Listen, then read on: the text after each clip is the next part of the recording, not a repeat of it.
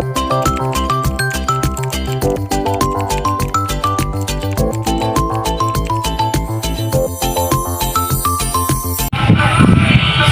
warahmatullahi wabarakatuh.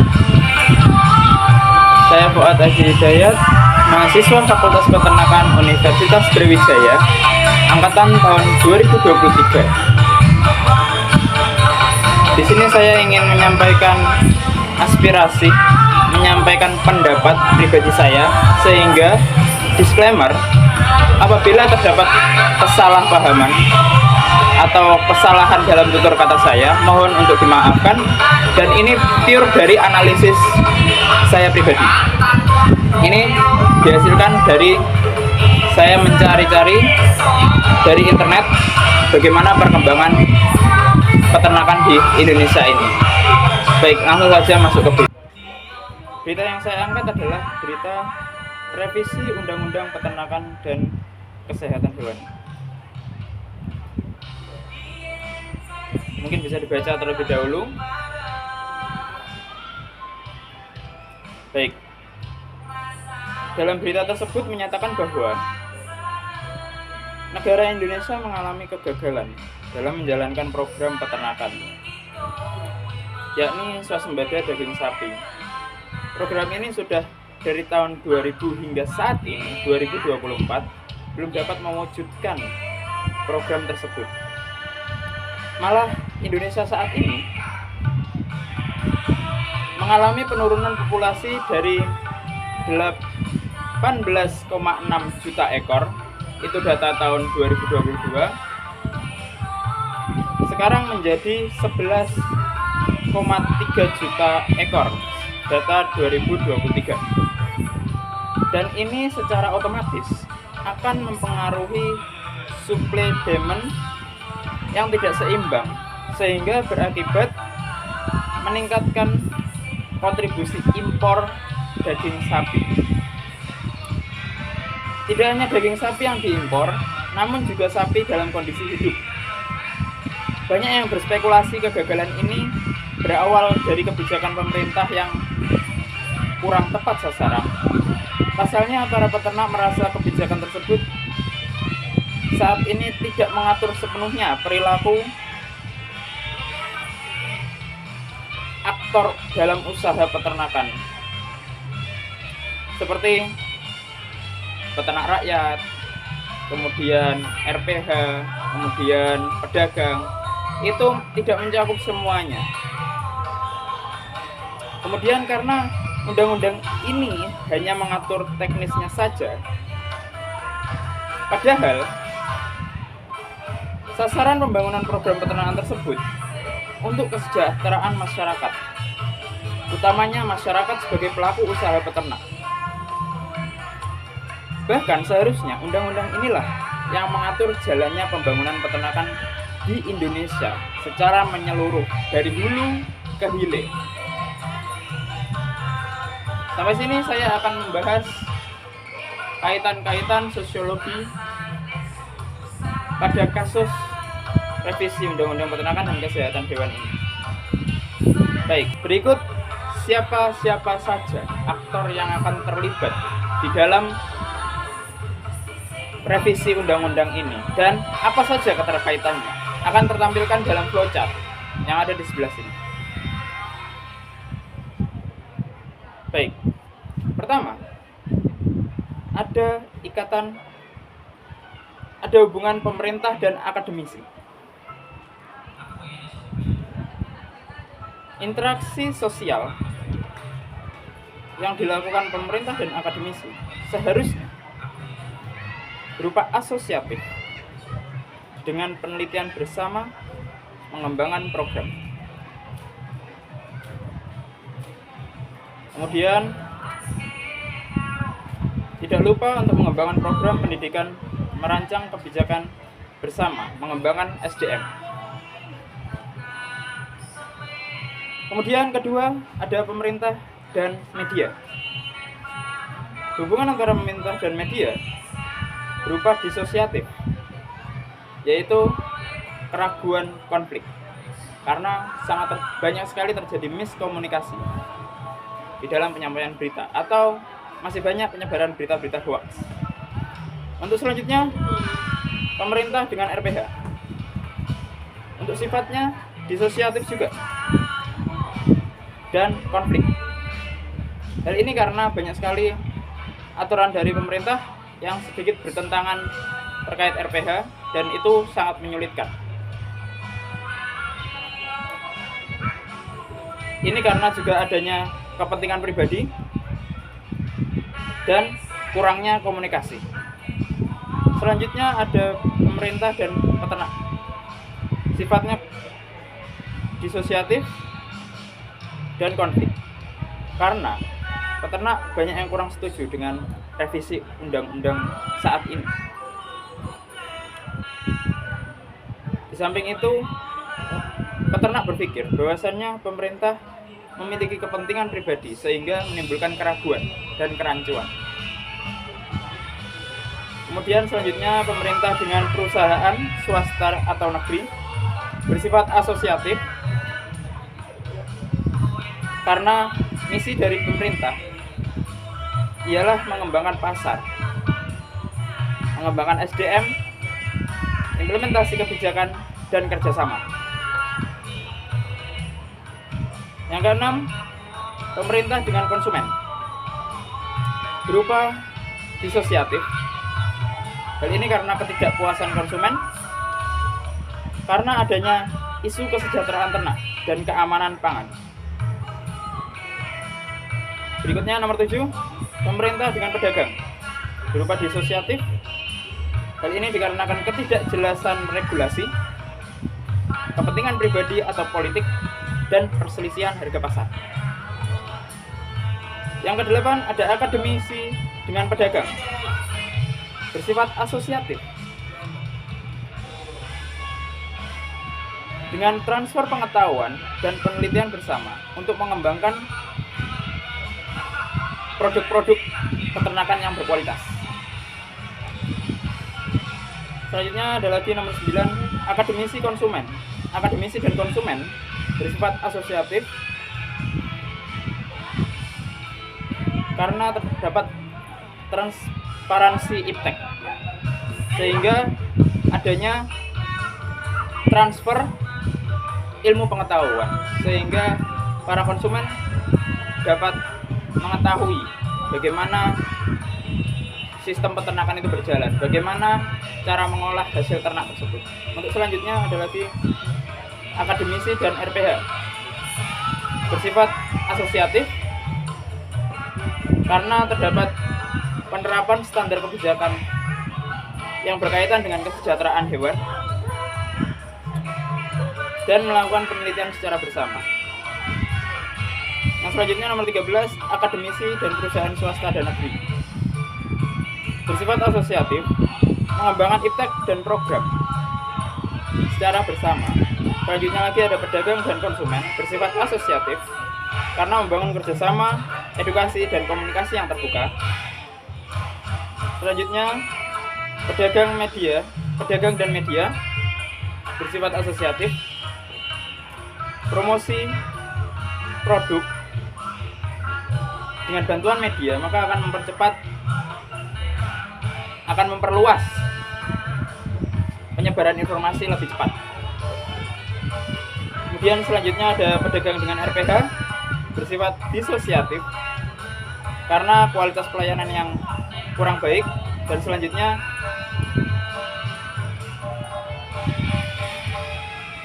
keraguan regulasi tersebut apakah memenuhi standar atau sudah memedulikan kesejahteraan ternak, sehingga banyak keraguan bagi pedagang.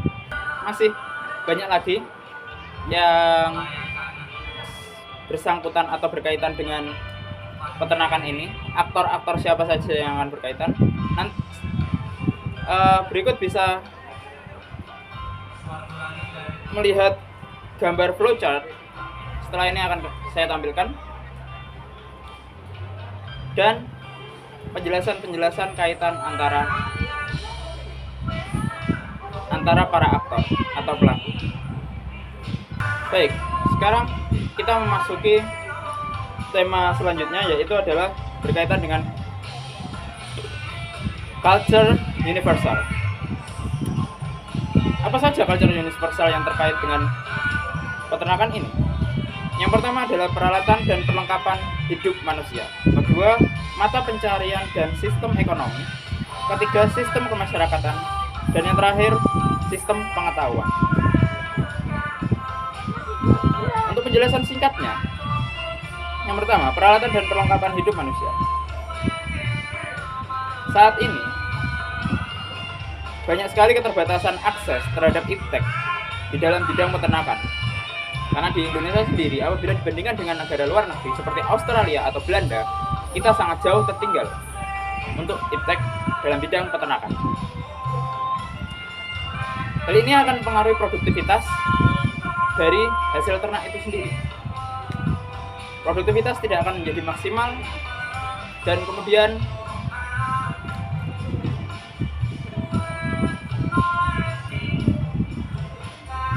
selanjutnya, yang kedua adalah mata pencarian dan sistem ekonomi. Dari keterbatasan akses iptek tersebut, maka secara otomatis ini akan mengganggu sistem ekonomi dan mata pencarian.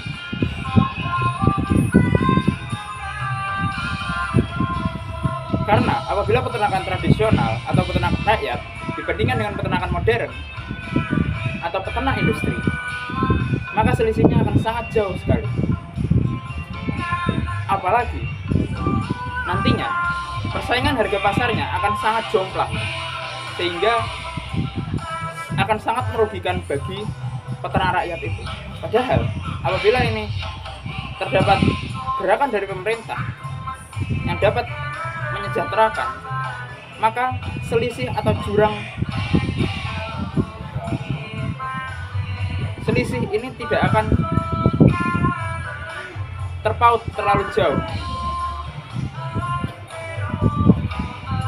Baik, untuk selanjutnya sistem kemasyarakatan. Dari sistem kemasyarakatan yang tadinya berawal dari keterbatasan iptek, kemudian mempengaruhi sistem ekonomi, otomatis sistem kemasyarakatannya akan juga berpengaruh, yaitu menimbulkan kesenjangan sosial. Yang kita tahu di mana bahwasannya peternak rakyat dan petani itu dianggap rendahan dianggap sebagai kasta rendah oleh para pekerja tetap, buruh pabrik atau dan lain sebagainya. Hal ini menimbulkan kesenjangan sosial yang sangat terlihat, dan itu akan mempengaruhi sistem kemasyarakatan. Padahal peternak dan petani itu sendiri merupakan satu aspek penting dalam mempertahankan ketahanan pangan bahkan di Indonesia. Untuk selanjutnya yang terakhir, sistem pengetahuan. Sistem pengetahuan memiliki kaitan dengan keterbatasan iptek, yakni banyak sekali peternak yang masih menggunakan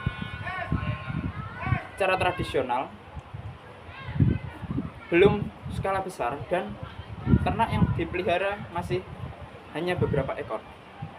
Seharusnya terdapat asosiasi yang merangkul hal tersebut, yang dapat menyatukan dan menyeimbangkan harga.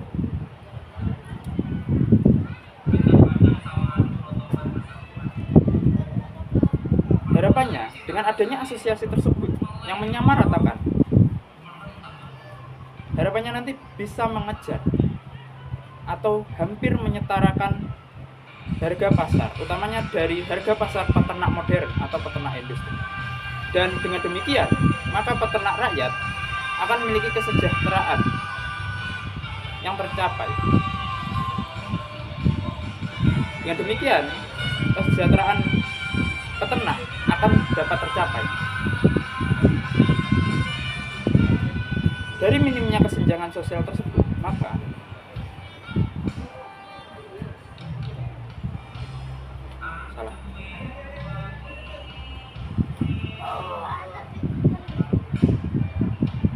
kita tahu peternak dan petani itu berperan penting di dalam ketahanan pangan di Indonesia. Maka seharusnya di samping terdapat asosiasi, terdapat sebuah pengarahan, penyuluhan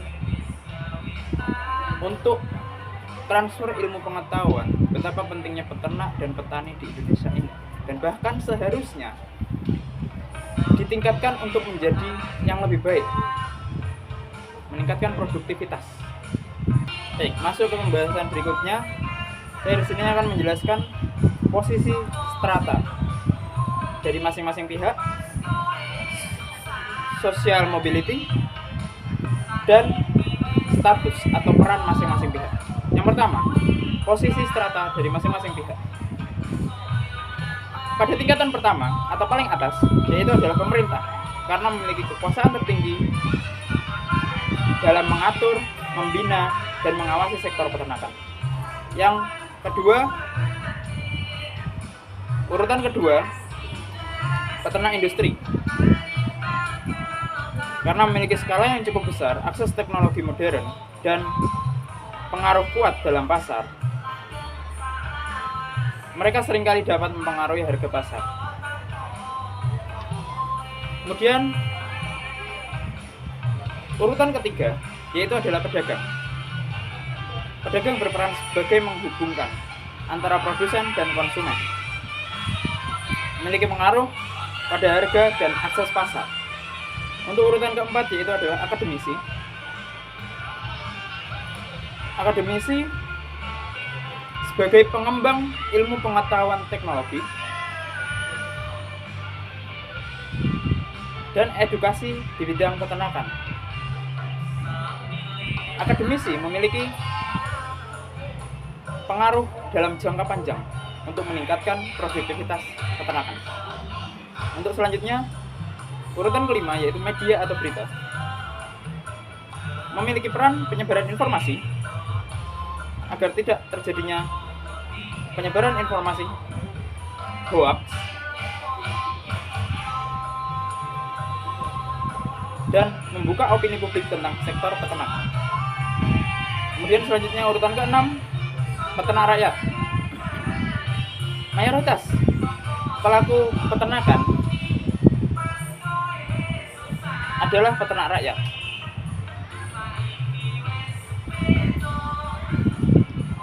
Namun peternakan tersebut tidak besar dan masih dalam skala kecil, bahkan masih menggunakan metode tradisional, sehingga memiliki keterbatasan akses mulai dari teknologi, ilmu pengetahuan, sehingga peternak rakyat memiliki pengaruh yang cukup kecil di dalam posisi strata ini. Kemudian yang terakhir adalah konsumen.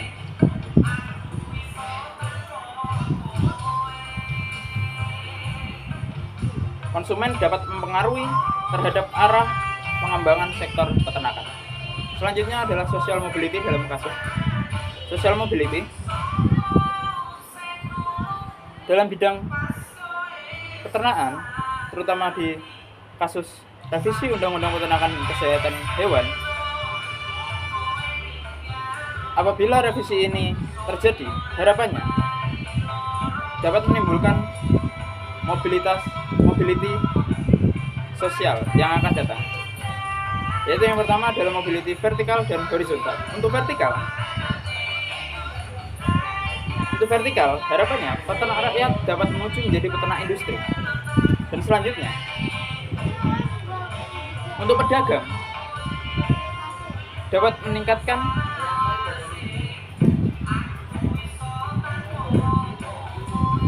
skalanya menjadi pedagang yang lebih besar, bahkan untuk ekspor.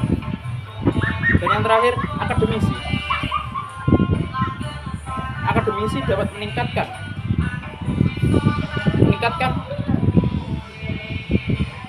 perusahaan peternakan di Indonesia ini, mengembangkan. Terdapat kaitannya dari nomor 1, yaitu peternak rakyat dapat menjadi peternak industri. Kemudian untuk mobility horizontal,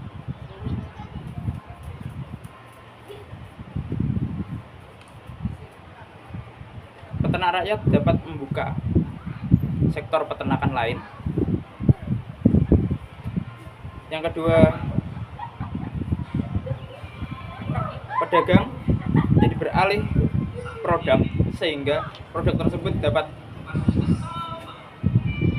memenuhi regulasi yang nantinya dapat dilakukan ekspor. Dan yang terakhir, akademisi dapat memperluas penelitian-penelitian yang berbeda yang nantinya akan berpengaruh pada produktivitas peternakan di Indonesia. Namun hal ini tidak mudah karena terdapat faktor yang akan mempengaruhi mobilitas. Yang pertama adalah model, yang kedua pendidikan dan keterampilan, ketiga jaringan dan hubungan, dan yang keempat kebijakan pemerintah itu sendiri. Maka kebijakan pemerintah ini akan menjadi pedoman untuk para sektor dari flowchart ini bertindak. Dan yang terakhir adalah peran dari masing-masing pihak. Untuk pemerintah tentu untuk mengatur sebuah kebijakan, regulasi, alokasi sumber daya untuk menuju sektor peternakan yang lebih baik. Kemudian yang kedua, peternak industri, yaitu untuk memenuhi permintaan pasar domestik dan internasional. Yang ketiga, pedagang,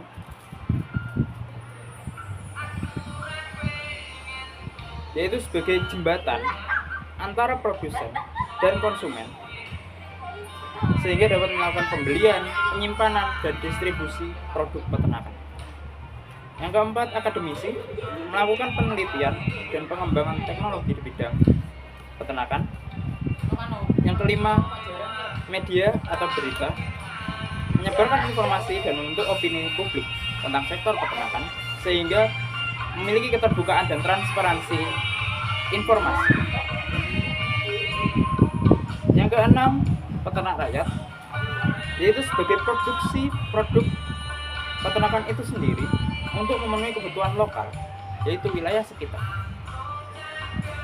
Yang ketujuh, konsumen, sebagai penentu permintaan produk peternakan yang memiliki pengaruh pada supply demand.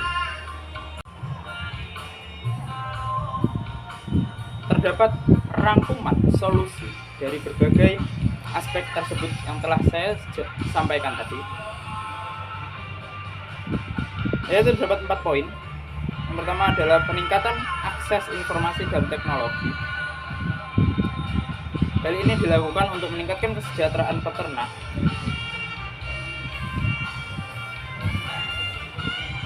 dan seharusnya melalui unsur pemanfaatan input teknologi peternakan skala kecil yang akan menjadi peternakan skala besar dan pembinaan intensif pemerintah atau oleh industri skala besar. Kemudian dapat juga dilakukan kerjasama antar lembaga tertentu dengan peternakan yang artinya terdapat beberapa golongan yang dapat berpartisipasi di dalamnya. Untuk selanjutnya, solusi kedua, meningkatkan kualitas dan keamanan produk peternakan.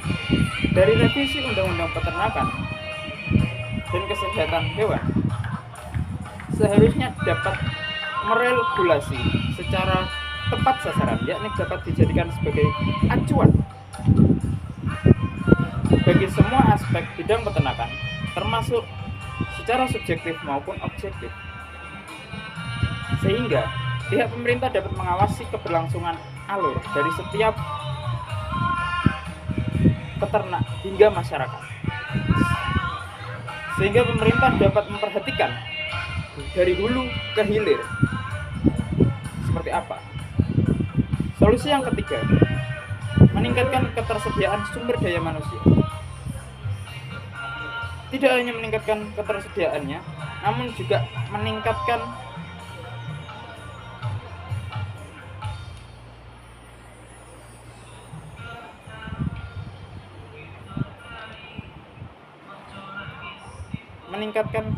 sumber daya manusia. Maksud dari meningkatkan sumber daya manusia ini adalah yaitu meningkatkan dalam aspek ilmu pengetahuan, wawasan, pengalaman dengan penyuluhan-penyuluhan yang ada, sehingga dapat menciptakan SDM yang kompeten.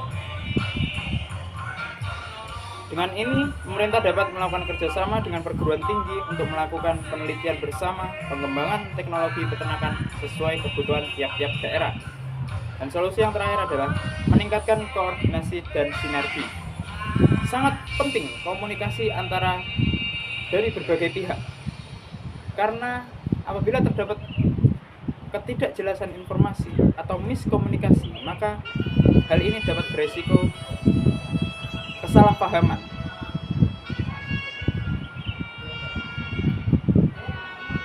Dari solusi ini bisa dibuatkan sebuah forum koordinasi antar lembaga terkait di bidang peternakan, seperti Kementerian Pertanian, Kementerian Perindustrian, Kementerian Kesehatan, Kementerian Peternakan, dan lain sebagainya.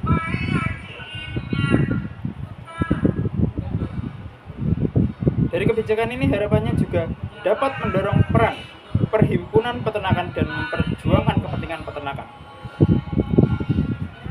dan memberikan masukan kepada pemerintah, dan harapannya pemerintah dapat menerima masukan tersebut secara terbuka. Sekian penyampaian berita dari saya. Apabila ada salah kata, mohon maaf. Akhirul qouli, wassalamualaikum warahmatullahi wabarakatuh.